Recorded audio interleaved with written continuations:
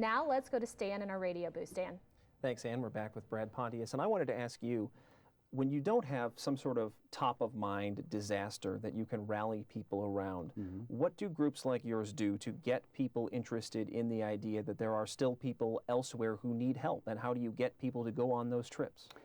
Well, in some ways we take a consumer approach in that we offer different kinds of projects. We offer construction projects, we offer AIDS orphan kids, everybody likes children, sports training projects, anything that would appeal to people's interest on this side, but knowing that they can employ what they know how to do or what they like to do to actually meet the needs of people on the other side. So you've got to be a little more creative, it sounds like. Quite a bit more creative, but there, I think that a human heart does respond to human need. So if there's a way that we can package real need with bite-sized projects that people can go and do, even if it's just loving on a child or teaching them how to read, it's good enough, because it kind of teases that desire to help in people, and sometimes we're fortunate to have groups of 20, 30 people go to help, and we take 150 people just across the border in Mexico to build homes for people who are waiting for jobs in the NAFTA factories, who've sold everything hoping to get employment to better their lives, and they have no place to live. All we have to do is say, hey, how would you like to help a family find a home? And we go and for a week stay in tents in the desert and build little houses that look like storage sheds, and people come away very satisfied and someone has a new home. So it's presenting the need in doable packages so that people can feel like they're making a difference. So we hear about giving efforts like the Much Ballyhooed texting to send $10 to the Haiti relief effort. How do organizations like yours raise money to be able to fund trips like this and to be able to buy some of the supplies that are probably necessary to help these people out? Do you have other ways of getting money, or are you part of the group of organizations that gets money from these text messaging groups?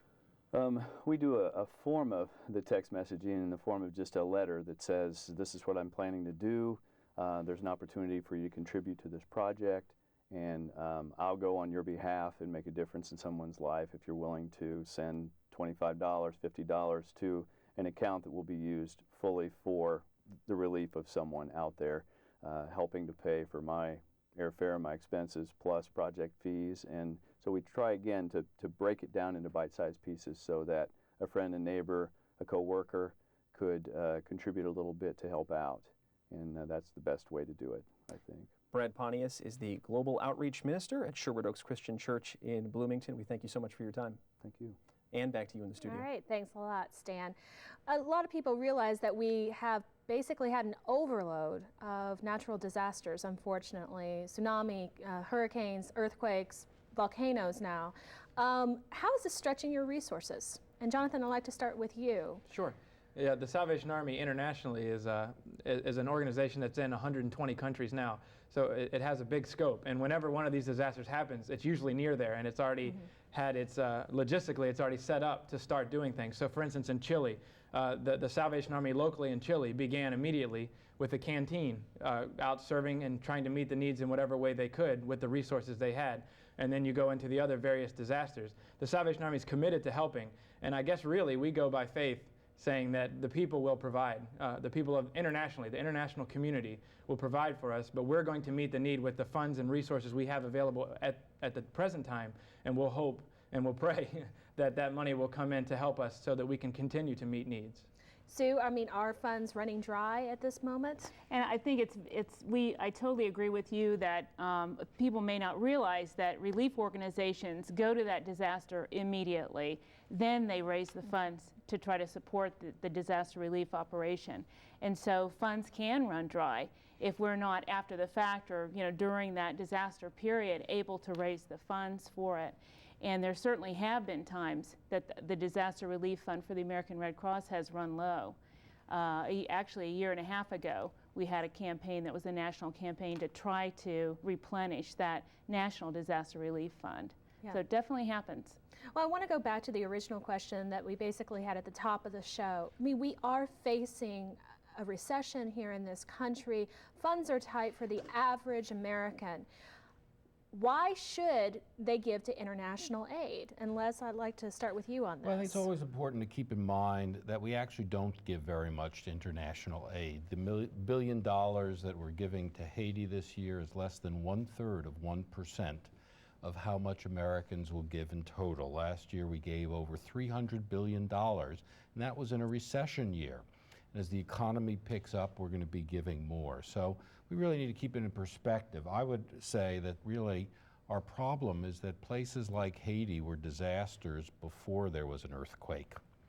And our real problem is not that we respond too much when you see those horrible scenes, but we don't do enough, whether it's in places like Haiti or in our own country here, to deal with the day-to-day disasters, whether those are failing schools in inner cities in the United States, whether it's rural poverty not very far from us here in Bloomington, or whether it's the kind of terrible conditions one finds in Haiti. We have to be in it for the long haul, not just these sudden, episodic kinds of gifts that we see in disaster relief. Jonathan, why is that so important for the long haul? Why is it important for us to build up a country like Haiti? Sure. And to keep it going and to make it better than what it was before? Yeah, well, I think one of the exciting things about Haiti and this disaster is that it gives us a chance to make a real difference, a real noticeable difference in a country through the giving and through the willingness and participation of the international community. And I think specifically the American community, which is so close to the country of Haiti geographically. I think we have the chance for once in maybe a rare time to see a country rebuilt, to see a country better off than it was before the earthquake in terms of infrastructure, in terms of suitable living conditions, sustainable living for the people there. I think that the chance is there and it's great. And we don't need to demean our problems here in the United States. Our problems here are real. But the problems, the hunger, the poverty, the death, the destruction in Haiti is real as well. And we just have to find the appropriate balance, as I think Dr. Leslie was getting at.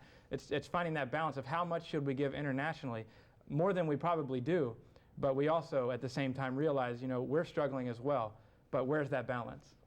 And Sue, would you like to speak to that as well? I mean, why is it important in your view that we help the countries? Does this help us in return? Well, certainly, that is at the core of the ideals of the International Red Cross and the American Red Cross, is to alleviate suffering wherever it occurs, from man-made disasters or natural disasters. And it is a fact that it is the most vulnerable populations that are the most devastated by these kinds of disasters. So it does help us to help them, to know that maybe we can build in some prevention, some mitigation for future disasters, help them build resiliency. And Sue, that is going to be the last word, okay? And that's our show for tonight. Thanks so much for joining us on this edition of In Focus. Stan, thank you for your help tonight as well. Thank you, and we'll see you in May. Okay, and of course, thanks to our panel of experts and giving of your time. We appreciate it. You're welcome. Don't forget to post your questions for next month at infocus@indiana.edu, or if you would like to participate in a blog, leave a comment, or see portions of this show, please visit our website, indianapublicmedia.org/infocus. Well, recycling plays an important role in Indiana, bringing in an estimated $19 million a year in revenue. Find out how Indiana is putting its natural resources to work on the next In Focus. Have a great night.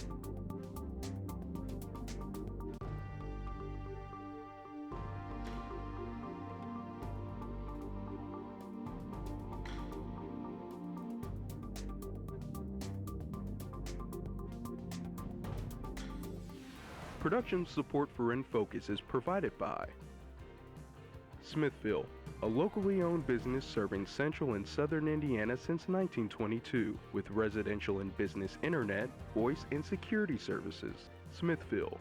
Local pride, global technology. Information at smithfield.net. Hoosier Energy, providing electricity for Central and Southern Indiana electric cooperatives and their member customers. Information at hepn.com. And by viewers like you. Thank you.